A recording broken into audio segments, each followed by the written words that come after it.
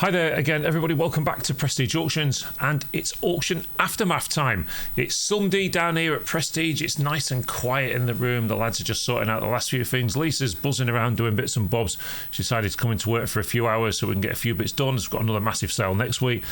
But what was this week all about? Well, this week it was an interesting sale in terms of it had some stuff in there that you would either know it's good or know it's bad, and so on. Lots of collector's cards and old toys and old dancing Coke cans, and pretty much all came out of one clearance that we did in Claythorpe's, and a lot of that stuff was particularly interesting to me because I love selling that sort of stuff. And so we sort of, when we did the auction sneak peeks and things this week, of course I did one, Lisa did one as well. We did a bit of a head-to-head on that, which was quite good fun. And we sort of looked at everything. We had different views on things. However, I thought it was going to be a good week, and that certainly showed in the commission bids on the Friday. Lots of people through the door, lots of people leaving bids, lots of people interested in the auction that we was about to have. Of course, we have people coming from all over the place. We had Brian up this week, once again, from Cornwall. We had people down here from Nottingham. We had people here from Pontefract, from different parts of Yorkshire, from Hull. We had people in from Leeds this week. Barnsley as well. So the word is spreading about what Prestige is all about, and I think I just need to touch upon that to start off with, because a couple of things happened over the weekend which I'm not happy about. I never am. I'm never happy. I'm happy when things do kind of go wrong in the auction room, and of course things were going a lot better in terms of computers and things, but then we had a couple of little disagreements between customers and things. So I just want to put some clarity out there about where our rules stand with things. Now, yes, first and foremost, somebody got upset about noise in the auction room. Thing is, we're not like a normal auction room. We've always said we're a community auction, and Lisa pointed out this at the time. We're a community auction where a lot of people that come here, they know each other, they chat to each other, they've got to know each other through the auction room. And also, some of those people, of which one or two I could name but I won't, probably we're about the only people, or the friends at the auction room, the only people they might get to talk to all week. So we believe that we're offering something out there that's not just an auction room, but also a community base where people can get to talk to each other, and which is a very nice thing to have. In terms of other auction rooms have, a silence policy. You can't be talking during the auction. Me and Chris, who were up on the rostrum on a Saturday, we can judge it quite well of how loud it's getting. But people towards the back of the room have always talked. There's been no getting away from it. When we used to call them the back room mob in the back, they've sort of moved into the front room a little bit, but they stay at the back and they stay out of the way. And what we allow there is people to chat, but if it starts getting too loud, you'll hear me go in the auction go shh, and that tends to bring it down a little bit. But if you are finding that a little bit uncomfortable, then what we asked, which is what the situation was on Saturday, we ask you to move towards the front of the room where it is a lot quieter. And it's just the way we do it down here. We don't say things to try and upset people. We want to try and keep everybody happy all of the time. But there are things you can do yourselves to sort that by moving to the front, moving away from the chatter that generally goes on at the back of the room. Say, if I think it's getting too noisy, I will always bring it down. But what we'd always say to people is, come and talk to us about it rather than, talk to other people down the bottom. But anyway, look, it is what it is. I know somebody got upset, and for that I apologise. I don't want anyone getting upset in the auction room. That's not what we're about. We never have been about that at Prestige, and we never will be. So please just try and work with the way we do things here. It may not suit everybody, but it's the way we do it, and it's the way, I'm going to be honest, that we're going to carry on doing it. So there you go. I wanted to put that to bed straight away, because we don't want anyone having a bitter taste in the mouth. Anyway, auction itself, room got busy quite early on Saturday morning, and then we moved on to what we had for sale. Of course, we started off with lot number one, which was this one here, two planters. That was a little bit different. I think these made about 30 odd quid from what I can remember.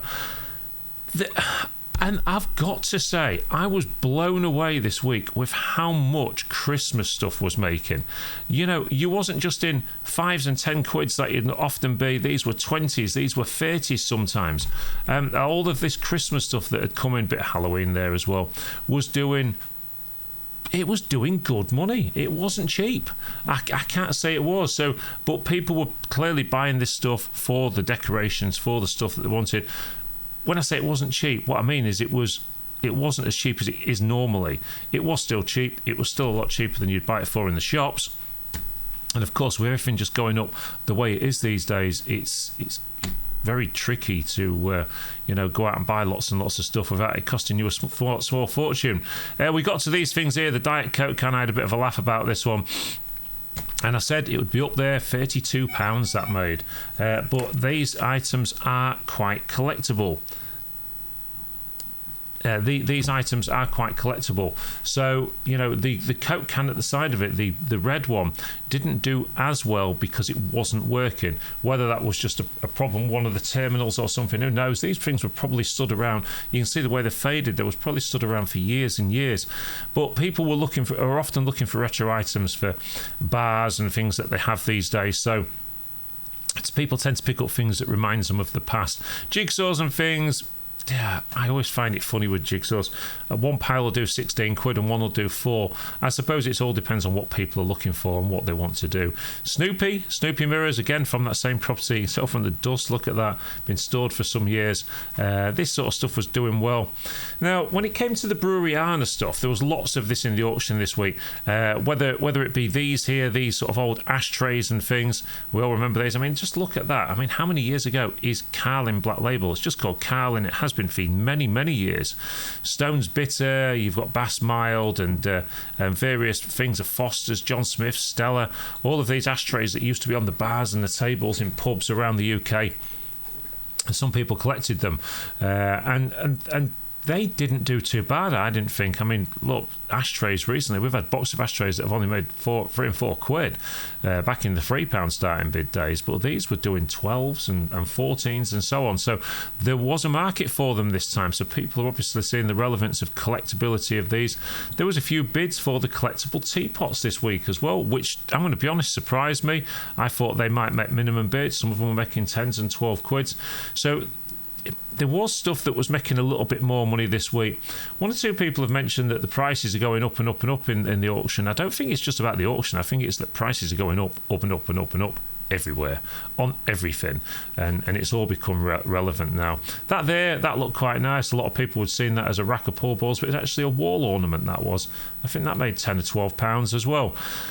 There it is, the one that Lisa called Sonic in her sneak peek. The one I said was Mario. And what did I love about this? Well, look at that there. There you go, Nintendo 64. This is original shop display for Mario, for the game, back in the day. I knew there would be bids for this. When I spoke to the family at the home, I think this was being given away until I told them potentially what it was worth, and I said I think we should reserve it at £50. As it goes, it made 100 in the auction. I knew it would. I knew it'd do well. How many of them survived in this condition as well? Not many. So again, that'll be going off to its new home. Whether that's going to be resold or whether it's being held in part of somebody's collection, who knows? But a nice thing. Here we got onto the jugs and things, and of course, and these were sort of varying. All of these were varying anywhere from sort of 6 and 8 quid a tray up to £20 and £30 a tray. Now, there is no doubt about it. There is not the money in these that there used to be. I can remember a day when if you picked one of these up at the boot sale, you was really buzzing about it because you was going to get £15, £20 for it on eBay. Them days have gone, everybody. Don't be running out and jumping all over these if you see them for sale, because there are only particular ones that are raking really good money. They were making probably have an average about £14 a lot, something like that on average. Some were making more, some a little bit less, but generally speaking, they certainly all sold. There were some good old collectibles. What we did find when we got them unpacked, there was chips, there was cracks, there was small problems with them, wear around the gilding and so on. All the things that are going to put people off buying them for resale, because you're just going to give yourself problems if not. But all said, they all sold, and a lot of them were bought by one particular person who will go off and probably try and resell them. Who knows? He may be buying them for himself. What we did find in this same house as well, lots of jugs where you could buy jugs of beer at different outlets. Of course, not so popular in the UK. It's usually something you find abroad, that where people buy the stuff by the jug. Railway books and that, again, books were an absolute struggle yesterday. I've got to say, I felt for the people that had put them in, because books can be very, very fickle. Some weeks they'll sell really well, some weeks they won't. But the thing is, the subject in some of the books will sometimes depend on how much money they're going to make. And unfortunately, the subject in most of these was not very desirable. Even the railway books weren't selling that well. So, again, it's the risk you take when you go to auction. We all want, as an auctioneer, I want everything to do well every single week. But of course, I can't guarantee that. It's an auction after all. It's all going to depend on what people are looking for. And books, people don't have bookcases like they used to. Everyone's got the internet these days. So although they can do well on some weeks, other weeks, they're going to struggle. The various collectibles, the whatever these were, Rugrats were they or something, and then right through to that one there, and of course Dennis the Menace, and probably his brother, that one. They all sold. All this stuff was selling. The various slate clocks, the Fred the Flower Man, all of this stuff. If you ever find this stuff kicking around, this stuff is always going to sell. It's all about how much money is it going to make. There were some cheap things yesterday in the auction, there's no doubt about it. But there was also some expensive things. In this one here, this little thing of masks, I love them when I see them. They made £5. It's not a fortune. But, of course, when you consider, you can't expect everything from house clearance to make lots and lots of money. It's not going to happen. Some things are going to surprise you, and that's the bits that we play for on a week-to-week basis. We had some air rifles. Some of those did okay. We got onto the jewellery cabinet, and of course, gold and silver still, a massive high. That there, my guys nearly chucked that away. It made £20 in the auction, even though it had got them splits in. And this is why we always say to everybody, when they book in a house clearance, don't chuck anything away until we've been. Let us look first, because you never know how much it's going to make. All of the silver crowns, every single one of them that was in yesterday's sale, sold between 30 and 36, some £38 each. Lots of money around for those. The Yorkshire Rose bowl there was a lot of interest in that. I've got to say, amongst all the silver, this was the one where the most bids were at, and it made quite a considerable amount above the scrap price as well. But where are you going to find another? This is the thing with certain things. You got the Yorkshire Rose tray that weighed 345 grams, so you got 345 quid just in scrap silver alone, before you put a premium on for it being an item. And I think this is important to say, and one of the reasons we do an aftermath is that everyone kinds of base everything to do with silver and gold just on silver and gold value, which is okay, but it's not necessarily the way to go, because silver and gold can all be about design, can be about maker, can be about age, and a lot of these things can add premiums on to the price of the scrap. We went through all the silver bits and bobs. The Air Raid Patrol badge, that was silver. All of this sold. All of it sold. Some of it was on scrap, some of it was above. Some of the gold, as we got here, we'd done a clearance this week, we found the jewellery box in, and all of this gold here was selling remarkably well. It was all around the scrap price probably, but some of the diamond rings did a little bit better, and again, lots of people walking away happy. Sovereigns, of course, are very hard to get hold of at the moment. That made £400 odd. That one, that was a half sovereign. £400 odd with a mount as well. We had a lot more on the book as well, but there you go. It is what it is. We then got onto piles of records. Some of those sold okay, some were cheap. A lot of that was about the condition, and of course some of the titles in there weren't the best titles. So, but anything that had a decent title in was making the money. A little bit of I put that one out separate, so I knew it was a bit collectible, even though the status quo box set there. Of course, this one was also done in a metal tin as well years ago. That's probably the more desirable one. And then the paper one here had some damage on it, but it's still doing, I think, £14 or £16 that, which is a fair price for that one. More electricals and stuff. Lots of this stuff was just sort of average, normal sort of sales. £4, £6, £8. Nothing was making major money at the back of the room. So again, this was the time when people that are sitting in the room, that are watching the auction every week, are picking these items off, getting them cheap, selling them at a different time, at a different place. And of course, that's all this industry is about. We went through there was a bit of a fight on for this one here, this picture, and that made £100, that one did there, and came out of a house where it was expected to be chucked away, probably a lot of the stuff in the house, but we salvaged what we could out of it.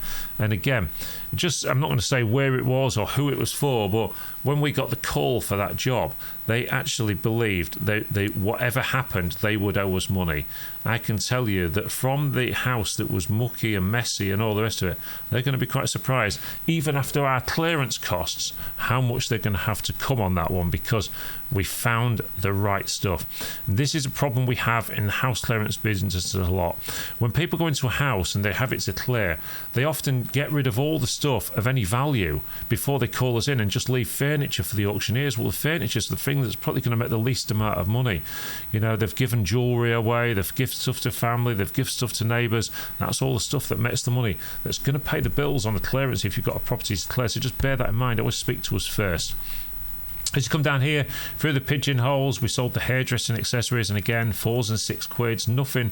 Nothing really to talk of down here. There was some bargains to be had. Some people, I liked that. I just stopped there. I liked that. You know, this old William Youngers sign. You know, Newcastle Brewery. I think they were they something like that. I assume they're still on the go, I'm not sure. Anyway, got back onto the Christmas stuff, and Christmas stuff was making all the money. 20s and 30 quids for these Santa Clauses and things, you know, and everyone goes, oh, there's no point putting that in the auction, don't make any money. No, because they're putting it in at the wrong time of the year. That's why 16, 18 quids, 20 quids on some of the boxes of CDs. When we came to these, what we call in the trade the flycatcher ones, now this one didn't sell. Why? It's plain, it's white. These were making 14, 16 quids because they're better, but they're not antiques, they're not massively collectible. Some of the cards, some of this stuff here, this was an interesting table, this one, because you had the collectibles. Some of the Thunderbirds didn't sell, some of them made minimum bid, some of them were making 10s, 12s, 14, 16 quids. And again, I didn't see how much that one sold for. I didn't see a lot of the M&Ms either, so I assume it was all selling. It wasn't hanging around today. So we came further down this table. Subbuteo box there, some stadium bits and bobs, they did okay. I think they did sort of 20, 24 quid, something like that, maybe a touch more. And then we got on some of the boxes of cards. Some of this stuff was selling at 14, 16s and 20 quids. Again, all this stuff, some people would have chucked in a skip. Don't do it. I tried. Oh, no, I did buy something up here. Where was it? I can't find it. Oh, there it was. I bought that just in case the elves make another appearance this year. You never know. If they do, they may feature. I did also, I've got to be honest, I did try and buy that, and I couldn't get near it. It was making too much money, 16, 18 quid. I didn't want to pay that much for it, I'll be honest. And at this point, Lisa was still in the rostrum. She came down the centre of the room, sold a lot of this stuff. Now, I didn't see a lot of this. I'd gone off to have some dinner, and Lisa got all of this sold, or hopefully got all of this sold down the centre of the room. Talking of Lisa, we are hoping tomorrow to do the sneak peek between us, so we're going to do a twin sneak peek if we get the time. This was the interesting table that a lot of people was waiting for, and a lot of people came in the room. These old sort of films, or whatever they were, security films, they just made 6s and 8 quids a box or something. We got onto these Ampex ones. Well, these Ampex, even just the cassette holders, you know, they can be worth 20 odd quid a piece online. So again, quite a lot in the box. So there's money to be made on those. People were in and buying these items, but we got onto there. We couldn't decipher what they were. Maybe they were as old table legs, chair legs. We're not 100% sure. Whatever they were, I had a bid on them, but I got outbid by one of the locals, and fair play to them. They bid more than me. They took them away. The big speaker made a few quid there. Well, then things started getting interesting. These things here were making 60 and 80 quids a piece. And we got onto the cassette players, these ones here, and these were making hundreds. You know, this is real high-end studio equipment, and this stuff is always going to make good money. Did it work? Who knows? I mean, I think the people had enough money in it to get themselves out of prison, even if they didn't work, or maybe enough money, even if they don't work, to get them repaired. But we've done about 9 clearances from this one property that we've been clearing out of town. And most of the stuff, touch wood, has worked. That old amp we sold a while ago, that was from there, that worked as well. We got onto this one here. That I bought. I've bought that for my grandkids, so we can do some water rockets. That'll be great fun, hopefully. This one here was one of the nice amplifiers. This made 160, 180 quid, was it? And certainly over 100. And then the fight was on for this one, the nicest bit in my opinion of the lot. And there was a £500 bid on the book. Now I thought that was enough to buy it. I 100% nailed on. I thought they'd get it at 350, something like that. And somebody's hand went up in the room and it made 510, and I think it would have made more. But there are a lot of money online. These old valve amplifiers can make serious money. However, does it work? Who knows? It's again, but certainly enough money, certainly enough leeway in that to get you out of prison, even if it doesn't. Lisa then went on to sell most of the middle room. Pardon me. That big cool box made a few quid, and then I didn't see much after that. Books were struggling yesterday. I mean, they were just so hard to sell. Fortunately, we managed to source someone to take them. We had somebody coming in to take a lot of them to charity this morning. They didn't turn up, so I've loaded them all into my van, and they're going to get donated around tomorrow. So for all you people that like that sort of thing, you'll be pleased to know we are donating all the books that didn't sell in this week's auction. They're not going to landfill. Okay.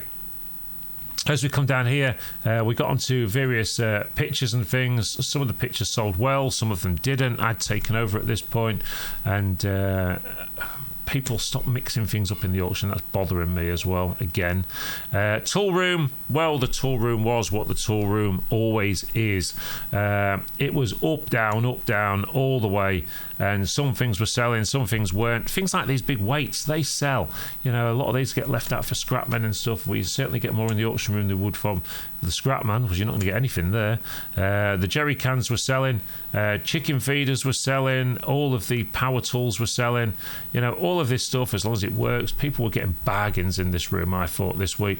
A lot of the stuff that came from the property out of town, shop fittings and cupboard fittings and stuff, well, it was all selling. The terracotta things, bikes were making a few quid this week, but not as much as they should. I don't think. I thought they were quite cheap. But, you know, are we hitting a time? Are we hitting a time where we're actually struggling because people are finding things a little bit harder, things are a little bit tighter, the things are going up in price?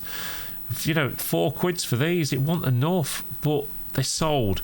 Them old ballards, I thought they would have done better. They only made a few quid. So I certainly think that people, you know, that were in buying yesterday to sell would certainly been able to make money from this auction.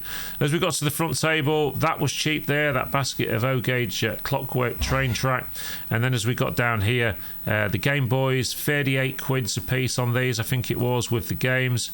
Again, came from that same property. The Hornby train set, 38, 40 quid.